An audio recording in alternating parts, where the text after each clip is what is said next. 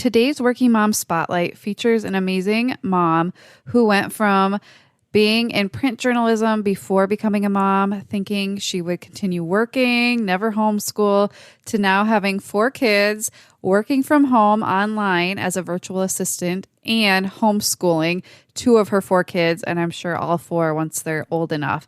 It is chock full of just great nuggets of advice, real life, lots of grace, and just a lot of funny moments. So keep listening. Glue. It's messy, it's sticky, it gets everywhere, but it's also really useful. Just like the glue that we need to put together the pieces of our life as busy working moms. We have after-school activities, we have homework, we have cleaning, we have laundry, and, we want to spend time with our kids as well in the process and maybe even have some time for ourselves. This podcast is for the busy moms out there who are balancing work, life, and everything in between, and we all know that in between encompasses a lot of things. If you're a mom who wants to do the best in all areas of life but still have time for yourself, this podcast is for you. I love to interview other moms and find out what works for them, get ideas from them, get inspired by them, and learn, we're all in this together. But I also like to share my own tips, tricks, struggles, triumphs, and share it all with you. So grab a load of laundry, lock yourself in the bathroom, go for a walk, do whatever you got to do, but I am just so glad you're here. Oh man, glue sticks. This conversation you're about to hear is going to have you laughing. It's going to have you totally relating, feeling better about yourself, and getting just lots of great advice and moments of truth from another real life mom who's balancing it all just like all of us. In today's interview for the Working Mom Spotlight, I am interviewing Lydia Senn. You may have heard of her on YouTube or Instagram, but she offers lots of great advice online for frugal people, for people trying to get out of debt, for real life people and their money issues, and gives great money advice as well as somebody who is debt-free. She has 4 kids and she works as a virtual assistant online, and she will really share how she got into that and how randomly finding this blog led her on that path 9 years ago. She just is so relatable and funny. I'm sure you guys will be laughing right along with me. So let's jump right into the interview with Lydia. Hi, Lydia. How are you doing? I'm good. How are you? I'm doing great. I'm so excited to have you here. Thank you. I'm excited to be here. Thank you. Yeah, I've been following you for many, many years. So it's just such a cool thing now to have a podcast where I can actually talk to people that I've been following and build friendships and stuff. So it's just really cool to actually see your face and talk to you and not just listen to a video. So I'm really excited to have you here. So before we just jump into you being a working mom, why don't you just give us a little bit of background if my audience isn't familiar with you of, who you are and who your family is. You don't have to give names necessarily, but just ages of kids and that kind of thing. Sure. So I'm Lydia Senn, and I work from home full time as, like you said, a virtual assistant. And then I do YouTube and a lot of other things. I have 4 kids, ages 9, 7, 3, and 1. I homeschool the older 2. Have a husband. He's awesome. And that's pretty much it. It's very boring. Doesn't sound 4 kids plus a business plus other businesses is not boring, but I know, when you're living it, it probably feels a little boring. So why don't you kind of take us back to pre-mom Lydia and kind of what you were doing then and how that, changed or stayed the same, or what your view was, going into motherhood of if you would be a working mom or if you wanted to be a stay-at-home mom, and kind of how that changed over the years. Sure. I think that my story is actually kind of unique because I was a news reporter. I loved my job. I worked in print journalism. I was lucky to have a job, frankly. Right. And I never saw myself leaving that job. Okay. And when I got pregnant with my oldest, pregnancy was not something that came to me easily. We really had to work at it. But I didn't really see myself being a stay-at-home mom. And when I prayed, because I worked so frequently and my husband traveled, I would just pray, Lord, please help us to find the right childcare, help us to figure out the right schedule so that I can continue to work when my baby is born. Right. And then halfway through my pregnancy, I was in a wreck. Someone ran a stop sign, hit me as I was driving to work. I was injured. And when I say injured, I spent the rest of my pregnancy walking with a cane. Um, How far into your pregnancy was that? I was right at 24 weeks. Oh my goodness. I Yes, mean, anytime, but wow. right. I had just found out that I was having a little boy. We had just picked out a name. And that was a complete mental shift for me. From that point Yeah. forward, I thought there is no way I can leave this baby because I feel like when you've gone through a pregnancy, there's this mental, you have this idea of, oh my goodness, while I'm pregnant, this is the only time I can ever really protect them from Right. anything. And that I didn't have that feeling because Right. I couldn't protect him even during my pregnancy. And so that just became the catalyst for me figuring out, okay, how am I going to stay home? Well, first of all, we had a ton of debt. And that's something that I talk about like on my YouTube channel and stuff is Yep. not debt. Um, and I knew I need to bring in some sort of income to help us pay all this off and stay afloat. And so I spent the last half of my pregnancy kind of figuring out how we could make it to where I could stay at home, but also how I could bring in money. Okay. So after my son was born, we actually moved. My husband got a new job. We moved to a place with a lower cost of living. But when he was, so January, so he was 3 months old, I finally said, okay, I got to figure out something to do with Right. time, some way to make money. And that's when I stumbled into virtual assisting. I literally bought a domain name, started a website, and by the end of that week had a client. Wow. I'm like, That's okay, awesome. maybe I can do this. Maybe I can figure out a way to make this work. And so that was like 9+ years 9 years ago, ago, right? About 9 years ago Mhm. then. And so I'm sure that was a lot harder then. I mean, almost a decade ago. Was that still like a pretty new thing? Or how did you even It figure that out? You heard about it somewhere Well, I Googled work from home jobs for moms. No, or that's okay. not even what I Googled. That's a lie. No, that's okay. I It's a long Googled time ago. I Googled how to get your baby on a sleep schedule. That's what it was. And Interesting. I came across a blog, Andrea Decker's blog. Okay. It was called Simple Organized Living. That's what it used to be Okay. called.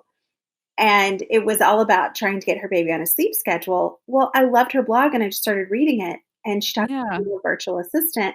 I was like, wait a second, what is that? I Wow. can do that. I I have a lot of unearned confidence. I don't know where it came from, but like I see something and I'm like, I can figure out how to do that.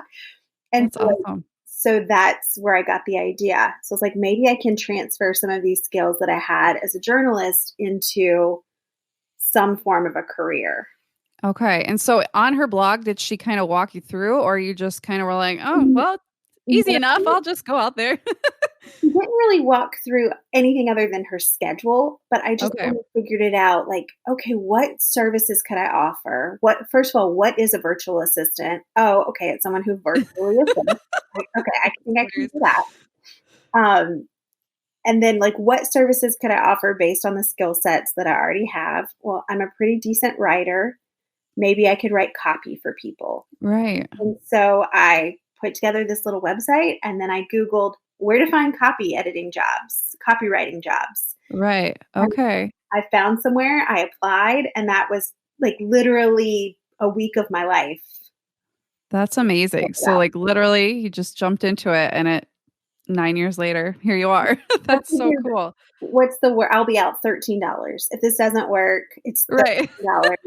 It'll be okay. There you go. That's amazing. So, before you had your baby, then did you quit your job like before that, or were you like, we'll figure it out and then quit my job? Or you had No, moved, and so you already were not doing I your job? I worked until the day I had him. Okay. Like literally my editor said, Lydia, like legally, I'm not supposed to tell you not to come back before you have your baby, but you're so huge because I was overdue. I'm Okay. scared of you being here. And that was on a Thursday. And then I went into labor at 4 o'clock the next morning. So Okay. I worked up until like that final hour. My husband got this job. It's really crazy. He went to the job interview when he was on leave after our son was born. Okay. The 2 weeks time that he had taken off, he went to this job interview, got offered the job, and then I moved during my maternity leave. So I just Okay. never went back. Like I went during my maternity leave and said, "Hey, I'm not coming back. I'm sorry." Right. Um, Okay. and then we moved. Okay. Gotcha. And so you haven't had you've not been an employee in a traditional job since then. Is that correct? Yes, that was my last Okay. job 9 years ago. Okay. Wow. That's amazing. So walk us through then, 9 years is a long time. So, not every single step, but how did you go from, one client the first week to, where are you at right now? If you wouldn't mind sharing, like how many clients or, ballpark of that kind of stuff. How did you go from there to now? Sure, it really was word of mouth. That Okay. client liked me and then suggested me to someone else, and it kind of went from there. Like, they knew a small business owner, they knew a small business owner, and so at first, that was my niche. Like, I worked primarily with other female small business owners, just helping them launch their advertising, Okay. get their websites up and running. I didn't do website work, but just, like, writing the copy for their site, Sure. for Okay. images, things like that. And then over time, when I started to do YouTube and I started to do video and social media, I got pulled into that aspect of it, Okay. handling people's social medias, making videos for them, kind of what I do there, like the face of what I do is what I Right. do in the background for other people. Okay. Gotcha. Gotcha. And so I'm just so intrigued by this. I've been intrigued by it for a long time because I think a lot of times when people work from home or have like an online job, so many people just give you like that blank stare, like what does that mean? Can you share a little bit of like what a typical day looks like for you, like what you're actually doing, I'm sure it's different for every client, but Mhm. kind of walk us through what you actually do for people so people kind of understand what a virtual assistant Of does. course, not every virtual assistant does the same thing. And that's Sure. what's so amazing about the VA world is that you can, whatever it is you're passionate about or good at, you can find a VA job that matches that passion. So I know people who do VA medical, like medical records, Okay. or work for doctors' offices doing bookings from home. I know VAs Mhm. who simply do scheduling for clients or handle Okay. their social media. And I've taken over kind of doing, I will get a company will outsource to me, hey, we need someone to do Instagram stories about this topic for a 6 week period. And so I'll Okay. do just Instagram stories and put those slides together and come up with that concept. Or recently, a company needed me to make a video in one of their stores highlighting different ways to save money, which was weird because it was these two worlds that I work in coming together. Sure. Yeah. I went into the store, I filmed different ways to save money in that store, I packaged up a video for them. And so I've transitioned from that traditional, writing copy, scheduling posts to more of a making content. So Okay. integrated content. Sure. Sure. So how do you fit that in? So you homeschool, you Mhm. have 4 kids, you're balancing it all, correct? Like Not it's very well. okay. Let's True. I be mean, we all honest. have our strengths and our weaknesses, but how do you fit in? Like, do you have a set structure to your day where you do things, or is it just kind of, I do. everybody's different. So how do you kind of fit everything in? I do. So my husband leaves for work very early in the morning, and I get up when he gets up, and it Okay. usually gives me some time just to be quiet. Yep. Oh, I hear you. House gets loud. And then that's a little time to work. So I'll usually have an hour before my kids wake up. When my older kids get up, I'll hang out with them for a little bit and then maybe get back to work while they're busy doing Okay. Legos or watching a show or Right. something. And then once my littles get up, that's when the day has to begin for them. And so Right. when I do, laundry, meal prepping, school, and then I have just kind of trained my kids into this schedule that from 1 to 3 is quiet time, even my Same. older kids. And that, like It's that, beautiful. right? Oh, it's so nice. And that 2 hours is when I live my entire life. That's when I work. Like, that's it. Right. Then Yep. sometimes after my husband gets home at night, he may have to work a little from home, and then I'll work. And so I'll try to squeeze in a couple of hours. But I don't have the traditional, like I think a lot of moms who work from home who maybe aren't self-employed, they have to work Mhm. certain hours at a certain time. Right. And because I'm my own boss, I just squeeze it in whenever Okay. it fits. Have you ever like had a season where you overbooked yourself or like and how did you kind of manage that because you've said yes to all these people Mhm. and now they're depending on you. How did you figure that out? Well, I keep repeating the same negative pattern every year. I think anyone who works in any sort of marketing field will tell you that October to December is the busiest time of year.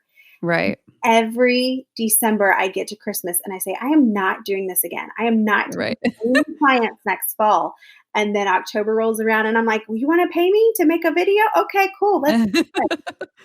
And I'm so like crying, burned out on December 23rd, trying to get content finished. Oh man. And so I feel like I'm not the person to ask because I keep doing it every Right. fourth quarter. I'm like Well, cramped. a year is a long time, and you're like, "Oh, just I've set like I don't do that, and I do overload myself all the time, but I should journal or something and get that under control." But with like Christmas presents, I'm always like, I'm gonna tone it down, and then Christmas comes around, and it's just you've got enough time in between that you kind of forget, and It softens and- the borders of the insanity through that. right. And when you like what you do, like you're like, cool, oh sure, of course. And you don't really think like, oh, that's a really stressful time and it all kind of adds up. But yeah. I That's what I love about talking to other moms is like nobody has it all together. No, And anybody who makes it appear that way is lying or exactly. is a robot or something. I don't know If because if anyone listening could see the table that I am sitting at right now,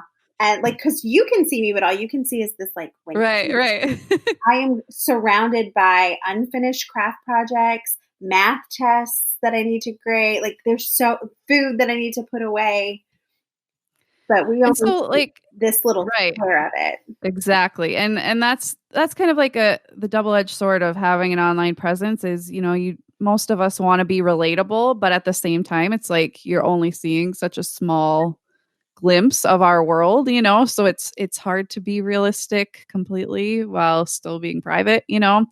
But I appreciate that you're always, very candid in everywhere you are online. And I really appreciate that. So anybody who, doesn't follow you should go check out like your Thank Instagram and your you. YouTube. And I would love to kind of know, where that started, where you got the drive to, start a YouTube channel, or did it start with a blog? How did that kind of world happen?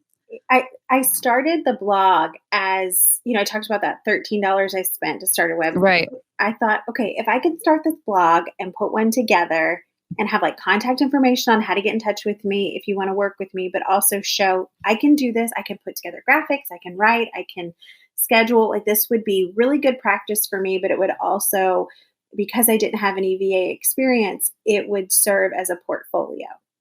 Okay. And so at the time, it was called 5 for 5 Meals. I don't know why I thought that was a good name, but I had this whole concept of I'll make meals for a family of 4, and they'll only take 5 minutes and blah, blah, blah. It looked bad. It was a terrible concept.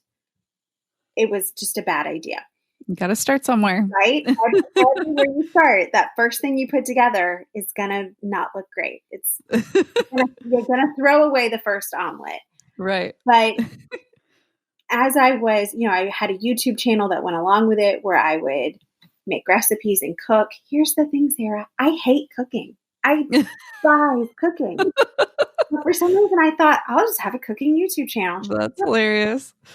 And in the midst of all that, my husband and I were trying to get out of debt, and there were no people on the internet getting out of debt that looked like me, if that makes sense. Right. Yeah. I wanted a mom who had been in it and wasn't just Right. a naturally frugal person, but someone who had made money mistakes, had gotten out Right. on the other side, and was willing to talk about it. And so I kind of flipped my content in the spring of 2014. We paid off our last debt and I started talking about it. And it just kind of grew from there. People liked to hear my story. They liked to see Right. someone that they could relate to who had made money mistakes and had learned from them. And it wasn't just someone who was so far removed from the situation that they didn't remember what it felt like to be in that situation to begin with. Right. Yeah. And I followed you. I don't even know how I found you years ago. I feel like YouTube was a lot smaller then, and Mhm. and you were always so relatable, and I've just always appreciated that in any person I follow online. Just and I'm just a normal mom. You're a normal mom. Like it's just nice to hear from other people, and we're on our debt free journey. It's happening. It's slow journey, but That's it's okay. it's and that's what I love. Like it's all, everybody's unique and everybody can do it a different way. It's just so helpful, like you said, to have somebody who you can relate to. And maybe if you don't have that somebody, you become that somebody, like in your case. And so do you view and have you always viewed or how do you view now your, online brand, if you will? Do you view that as like a separate business or is it more of a hobby to you? Like how do you view that? I kind of have it all lumped in together as one business. Okay. I Yeah. mean, I have an LLC, and the way it's structured is YouTube falls in with everything else. Because I am creating content on the internet, and I do get paid for that content most of the time. And so it's all just kind of one thing. And so Okay. when I saw YouTube start to grow, I cut back in other areas because Okay. it's hard to try to maintain it all, and we can't. Right. Right. And how do you, you have your hand in a lot of things. How do you kind of plan all that? Like how do you wrap your head around that? Cuz that's something I struggle with. Like I got to do the podcast episode and I got to do the YouTube and now I'm doing this collab and now I'm also trying to do preschool with my kid. Like it's a lot. Like are Mhm. you very structured with a planner? Do you use your phone? Like what do you use to kind of I map do. it all out? I am not an overly organized person, so I don't wanna present myself as Right. but I've cracked the code in how I best manage time. Sure. And not everyone is going to manage their time in the same way, and the techniques that work for me aren't gonna be universal, but I do block scheduling is something that has really worked well for us. We have a time and a place when we do certain things. And so there's a certain time in the day when laundry goes into the washing machine. There's Sure. a certain day where I film videos. There's a certain Right. day when I do client work. And so sometimes I have to push that around. Right. I just try to the puzzle gets put together when the puzzle gets put together. Like the Right. pieces just go in at their own time. Right. No, I like that. And that's something I've been doing too, because I kind of just sat down one day and did a brain dump because I'm like, there's so many little things. And if I just, Mondays are this, Tuesdays are Mhm. like, then at least you don't, little things can change, but then every week you're not like starting from scratch because that's Exactly. really overwhelming, especially with kids. Like, I don't know about you, but my brain as a mom just doesn't work properly anymore ever. Mhm. So trying to figure that out every week is a lot. I know. I told my husband my brain feels like a spaghetti strainer. Like Yes. all the useful things have just gone right through the holes. All that's left are Is mush, spaghetti mushy noodles. spaghetti. Yes. I love that. And then as far as homeschooling, like I haven't talked to many moms who homeschool. And have you been homeschooling your two oldest boys since Since the they beginning. became age? Okay. So it's not like something you started because of the pandemic, but I know a lot of people right now are kind of doing online school and Yeah. stuff like Mhm. that. How much of that requires a lot of planning, or do you have like a curriculum that you've subscribed to or something? How does that fit into everything? We do have a curriculum that we follow. We're also in a community program that meets Okay, one day a week. And so I nice. teach one day a week those kids. Okay, And so that forces me to be structured because right. otherwise, I think I would say, "Oh, did we learn today? Have we done school? When was the last time we did school?" I have to have accountability. And so also remember homeschooling does not take up as much time as a Sure. traditional school day. So my first grader's done in an hour and a half. My third grader's usually done in 2 to 3 hours. Okay. And then we just have the rest of the day. So Gotcha. it's a lot of work, and sometimes it is stressful, but it's not, I don't think it's as much work as a lot of people would assume it is. Sure. Or maybe I'm And would really you wrong. There you go. Well, there's no that's the beauty of it. Like any kind of education, like there's so many different ways to do it, and the great thing about homeschooling is you can do what works for you. Did you always think you would homeschool, or No. can you walk us through that decision? No, I never thought I would homeschool. If you had told me 10 years ago, "Lydia, you're gonna have 4 children and you're gonna homeschool them and you're gonna have a bunch of chickens running around in your backyard," and you I would have called the police because there's a crazy person on my porch. Right. Um, I I really can't tell you how it happened. Um, it just did. It just did. I can't Okay. I I'm not it's one of those things you don't know how to answer because homeschooling is such a personal decision Sure. that you don't want to answer in a way that makes it sound like you don't support what another mom is doing. For sure. Yeah, I understand that. I will say that my mom, who shockingly, she's a retired school teacher, she's Okay. one of the reasons that I decided to homeschool. She Okay. really advocated that I do this. Okay. And, I have these visions because my husband travels a lot for work, that one of the reasons we do it is that one day we'll all travel together. That is yet to happen. Um, Right. I, just- I don't know. It's just a part of our life, and it's something that I enjoy doing. And right now it serves our family. Sure. But I don't think I figured out, why am I doing this? Yeah. Well, and us too. Like I thought maybe I would homeschool, and I still may if my kids get along better one day. I don't know. Mhm. That was like, and I know that distance learning or whatever people call it wherever they are from during the pandemic is not the same as homeschooling.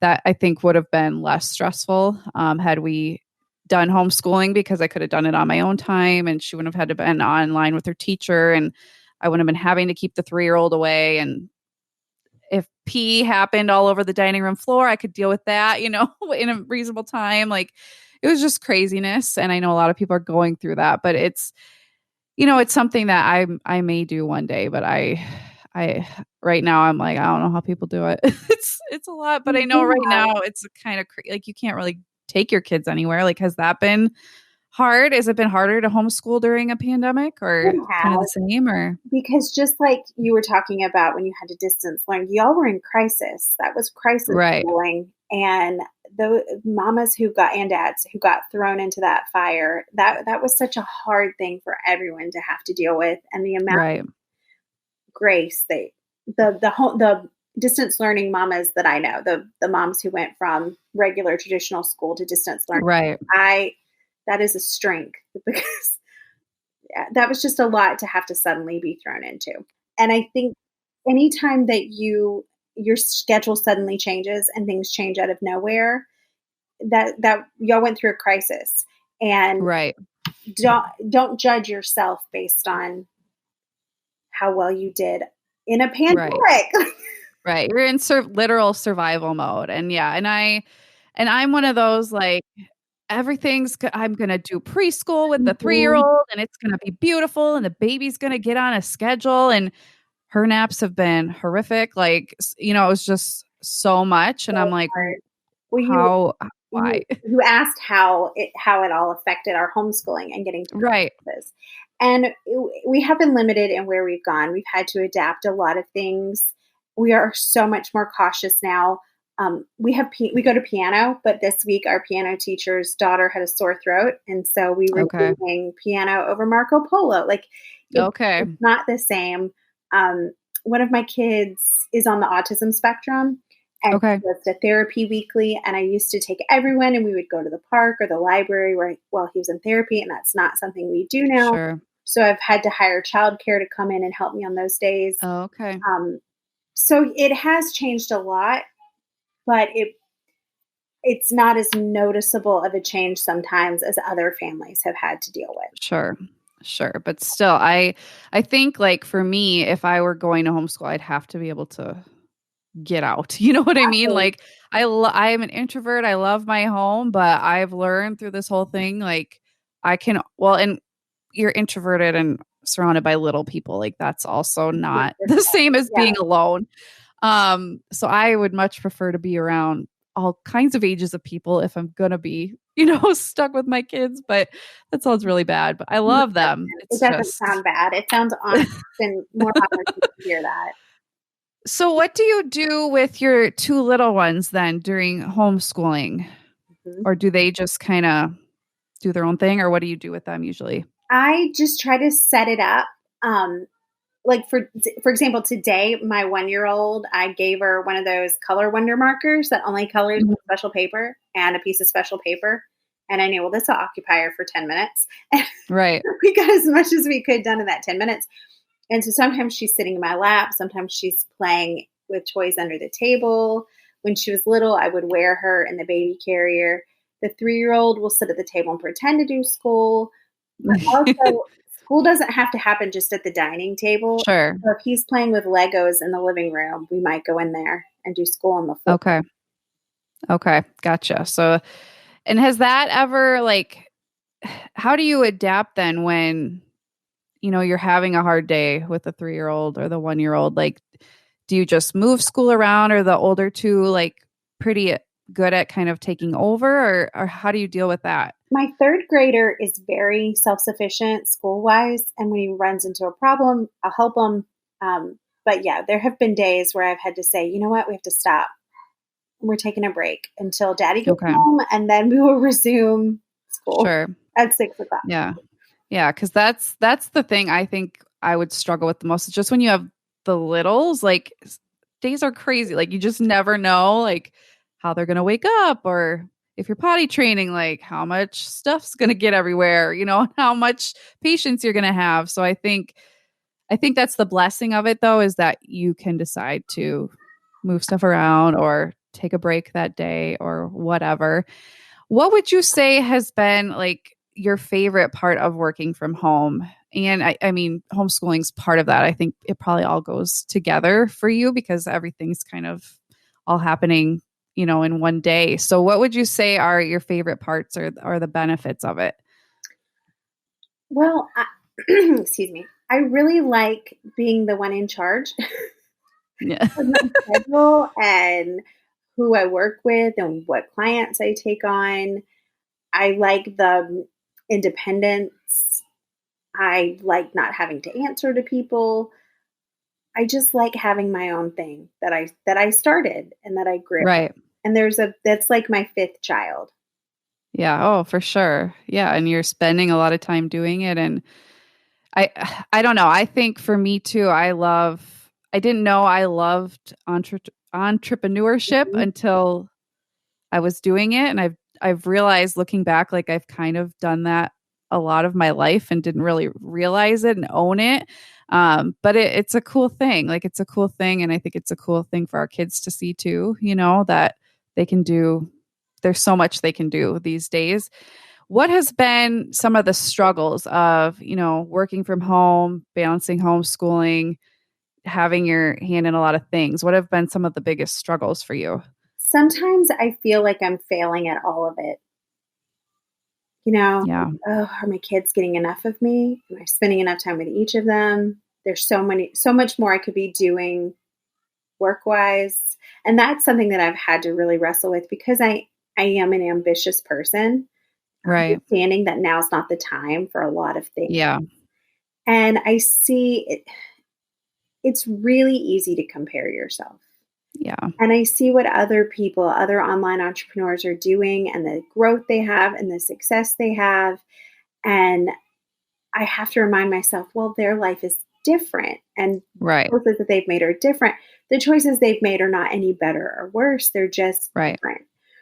And I've chosen not to pursue things while my kids are little. And those opportunities might never come back to me. Right. And just choosing to be okay with that. Right. No, I think that's so true. I know I often like I think, your brain doesn't just decide to not be ambitious anymore just because you had kids Exactly. and they're little, and you're like, oh, like I'm like, oh, let's switch all the rooms in our house at Christmas time while I'm doing distance learning with a 2-month-old who never sleeps. Like that sounds like a good idea. And now I'm Mhm. like, why? But it's like, you just, it's, if it's part of you, you just do it. And you hope your kids don't need a lot of therapy one day, like just because, you just try. It's hard. It's a lot to juggle. And I really admire all moms, but especially those who work in some way. I think it can be, no matter if you're working at home part-time or full-time or working outside the home, it can be a lot. And I think nobody can fully relate to anybody else's situation. They can relate to pieces, but nobody's kids are the same. Nobody's situation's the exact same. So that's why I like talking to so many different moms, because I'm like, oh, okay, I understand that. Or, oh, I didn't think of it that way. It's just so cool to hear from this vast, different, vast array of different moms who do different things. It's just really, really cool. So thinking about, I'm sure there are a lot of moms who would love to do something at home or maybe Mhm. be a virtual assistant. And I know you have a course. I don't know if it's open right now, but do you want to talk a little bit about maybe some advice you would give for somebody who might want to jump into, being a virtual assistant? Mhm. The first thing I would do is write down every skill that you have, because just Okay. because you don't think that it'll transfer into an online job doesn't mean it won't. And I'm talking about Okay. like everything. Like, can you sew? Great. Do you play piano? Okay. Great. Are you an accountant? Write it down. Like any skill that you have, write it down. And then go to a place like Upwork and Indeed and see what's out there, and then see what Okay. skills you have match those jobs. Okay. Because I think people think that you have to have, a background in writing or a background in social marketing or a background in advertising or something like that in order to jump into these jobs. And that's not been the case. I didn't know anything about social media. I mean, well, that's not true. I knew like how to put posts on Facebook and all of that, but I didn't Sure. know the behind the scenes and ad buying and the algorithm and all of that until I started doing it and figured it out as I went. I didn't know how to edit videos until I started my YouTube channel. Right. So there's a lot that you can learn, and it's not too late to pick up some new skills. Right. Okay. And so just start is basically what you're saying, Which I and know see what, feels go ahead. overwhelming. If that feels Right. let's start, that feels overwhelming, but figure out what you like to do and what you want to do. Right. I was watching TikTok the other day, and this Mhm. girl was talking about how she always wanted to do voiceovers and she always wanted to narrate audiobooks. Okay. And her mom said, "Then do it." And she said, "But Yeah. I don't live in Hollywood and I don't." She said, "I don't think that those are prerequisites." And Right. she Googled how to get into voiceover work, figured out what she needed to do, and started this side business narrating audiobooks. And so it was That's fascinating. awesome. And my husband saw me watching it. And he was like, "Please don't start narrating audiobooks." I'm Oh, like, that's "That great. sounds fun. Let's jump down that rabbit hole."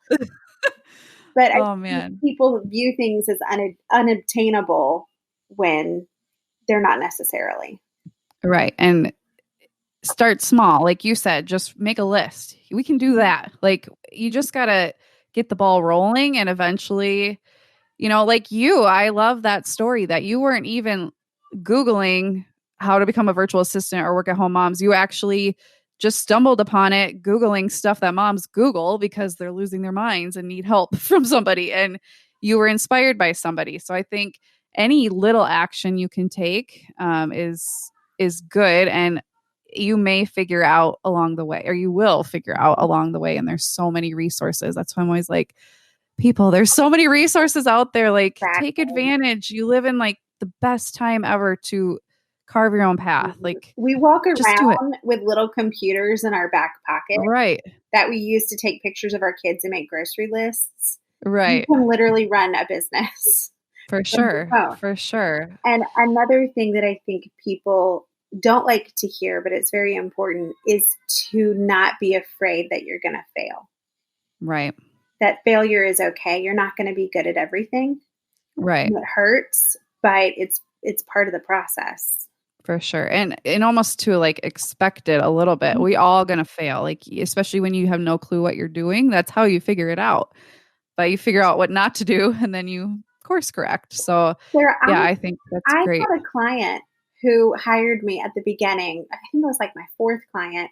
I had no clue what I was doing and had to back out of the contract and apologize. Oh shoot. And it Oh was wow. very embarrassing. Um, but it was part of me figuring out what I wasn't able to do because Right. I thought, oh, I can do this. Yeah, no, I've done this before. It'll be fine. And then when I saw the actual scope of the project, it was so overwhelming that I knew I wasn't going to be able to complete it. And it was embarrassing. I bet. But again, failure is a part of it. Right. And even I just recorded a podcast about, why moms should dream big. And even if you don't have any clue what that looks like, I think, it's so nice to hear like you didn't even really know what a virtual assistant was or what they did. And you're like, okay, I'll try that. Like you don't have to really know exactly. Like my whole work life glue has changed so much over the years and I still have no clue what I'm doing half the time, but that's okay. Like you can figure it out and the right people will come along and you just change course if you need to. But the biggest thing is to start and not just ruminate on it for years and then regret never doing anything. And Cause that is missed opportunity is sad. No, and it's okay to not take on like we were talking about a minute ago, it's okay to not take on every project that comes your way. But I think that we often look back and regret more the things that we didn't do over the things that we did. And I don't want to see another woman get, to the end of her life and think, man, I wish I had gone after some things. right. For sure. Yeah. If I can help, and you probably feel the same way, like if we can help other women and moms, especially, I think you can get so wrapped up in motherhood that you forget, like, oh, I am a person too. Mhm. Like, this is my life, and I don't have to devote it solely to my employer or my kids. Like, I can do my own thing. It may take longer, may be messy, but I'm important too, and they're not going to be in our home forever and they're learning from watching us too. And I think that's a great thing to teach our kids if we feel called to do so, to start something or whatever, work in some way. I think it's a great thing for our kids to see. So every episode, I like to ask my guest, what is a mama survival tip that kind of helps you get through the day or saves your sanity in some way? What's a tip that you have to help other moms out there survive? Timers on your phone. Okay. They are the greatest thing. I have, I think, 14 of them. One tells me to get food out of the freezer. One reminds my kids on days when we have to leave the house when it's time to brush their teeth and put shoes on. We're going to take a break for 15 minutes. Set the timer for 15 minutes. Is that your timer going? Watch for the bus. That's hilarious. Thank you. That was perfect. Timers are the greatest tool. And you know where I got that tip, Sarah? Facebook. My blog Facebook page when I had a baby. I said, okay, y'all, I need the tips because I don't know how I'm going to manage 3 kids. And someone said the timer on your phone is the greatest unmarketed resource. Yeah. My daughter, my 5-year-old will say, like, she'll be like, Mama, can we have hot chocolate for dessert? And I'm always like, more like, hope she'll forget, but then she's like, set a timer so you don't forget. And I'm like, thank you. Or I'll be like, honey, can you remind me that when we get home? Mama, just set a timer. And I'm like, no, I've gotten my husband on board. Like he has a timer in his phone on Sunday nights to remind us to Skype with his mom, or a timer to turn off the water hose. I'm like, no. I think they're great marriage savers too. Like, yes, my husband, we sat down because I'm like, you don't remember to buy the softener salt or whatever is your responsibility. Like, I don't want to remind you anymore, and a planner is not working.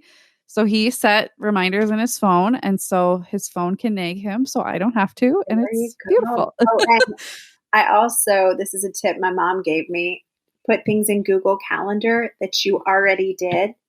So, and January 7th, I put the 3T hand-me-downs in a box in the closet. That's So genius. later you just search in Google Calendar hand-me-downs and it'll pop up where you put them. Oh my gosh. I'm okay. I'm going to write that down when I'm editing this. Yes, that's Yeah. amazing to write things you already did. I've had text conversations with friends. Where did I put the Christmas presents? Like you can't remember. I'm going to put that somewhere that I'll remember, and then you can't find it, or when did I last do whatever? That is But genius. if you put That it is in the genius. Google Calendar, then you just Yeah, you search can for that word search. and boop, there it is. I love that.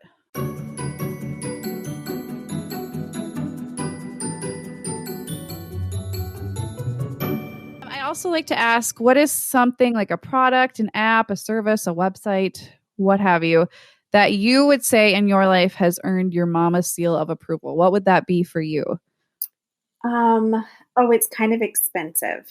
Oh, that's okay. I've got Osmo. Have you heard of Osmo? Yeah, is it like a iPad Yeah, thingamabob? it's this little mirror, and you put it on the iPad, you download an app, and it comes with all these games, the kits. I got it on a Black Friday sale for like $65. Oh, I wish I had bought it sooner because my kid has learned math. He has learned how to Oh, read. wow. Like, there's so many things that he's learned through it, but also I can put them on it and be like, here, do Sure. this and go and do something. And I don't feel like I'm abandoning them in front of a Sure. So, like, what I've heard of it, but can you explain a little bit, like, what it actually, like, there's different things. It's like, do they manipulate things and then it yeah. shows up on? There Okay. are different games they play, but they're manipulative. So it's got this little piece that goes over the camera of your tablet. It's not just for the iPad. You can use like Kindle and other Oh, okay. you put it down over the camera and somehow magically it like sucks it up into the iPad. I don't know how. And there's Okay. a game that you play on the app. So for example, there's this fishing game where you have to count the fish, but you have to show it with these tiles. So it's like a math Okay. equation that you're doing. So it's not just screen time. You're actually doing something Right. with your hands. With your hands. Exactly. Okay. Right. And I'm not anti-screen time. No, me either. Screens are a tool that we use Mhm. to help us. Right. But if we can feel a little bit better about it, that's Exactly. key. Exactly. Let's get rid of that mom guilt. Right. Right. So when you buy a kit of it or whatever, Mhm. one of the things, is it like, is there more than just one thing, or does it take them a lot of time? I'm trying to figure out what I'm trying to ask, but like, it's not just like a one and done type thing with that kit. Is that correct? No, it works Okay. from ages 4 to 10, Okay. and it's art, math, reading. There's something else in there that we've not opened, but it's Okay. multiple things that they can do within the Okay. room, and then you as a parent, you can control what games they play on it, That's really the cool. age settings, things like that. I have a almost 6-year-old with birthday coming up, which I already bought for, but that sounds pretty I cool. love it because you download the app, and then you can turn the internet off on that. Okay, So that's it's nice. not web-based. Thank you for sharing that. I've heard about it in a few like not natural parenting, but like free range parenting groups I'm in, and I'm like, why are they talking about screens? Like that's not something they talk about, but that's really cool that it can integrate and it's using our kids, it's just part of life. They're going to be using technology Exactly. whether we like it or not eventually, and if we can have them use it in a way that's educational and building on concepts they're learning, I think that's really cool. So I'll have a link to that in the show notes, but that's awesome. Thank you for explaining it to me, because I've seen it at Target, I think, and I'm like, whatever, that seems expensive. I don't know. But I if was the people are really same liking way. it. I kept seeing it at Sam's, and I thought, "Well, I don't know what that is." And then What's Up Moms had a video, and it was a Okay, I'll have to go flat-through find that. video, but they really went into detail on how it worked. And I am not easily influenced when it comes to buying things, but as soon as I Right. watched that video, I was on Amazon. That's funny. Oh, I love that. Yeah, because I'm like, if we need to get something done and we want to put a screen in front of them, like if they're actually like not just clicking things, but actually moving stuff And around, we'll and work that's really together. cool. My 2 kids will do it together. Oh, There's no fighting. I don't know what the magic is, but oh, I love sign me up. I love that. Well, do you have any last parting words of advice and wisdom that you would love to part on other moms before we go? It doesn't have to be perfect. None of it. Any work that you take on, you're a startup, it's not going to be perfect. Don't wait for your timing to be perfect. Your house isn't going to be perfect. Your kids aren't going to be perfect. And none of that is an indictment of your character or your ability to mother or your savviness as a business owner. I love that. Yeah. Let it go. Give yourself grace. Exactly. Just embrace okayness. Exactly. Oh, I love that. Well, where can people find you to learn more and to, follow up after listening to this?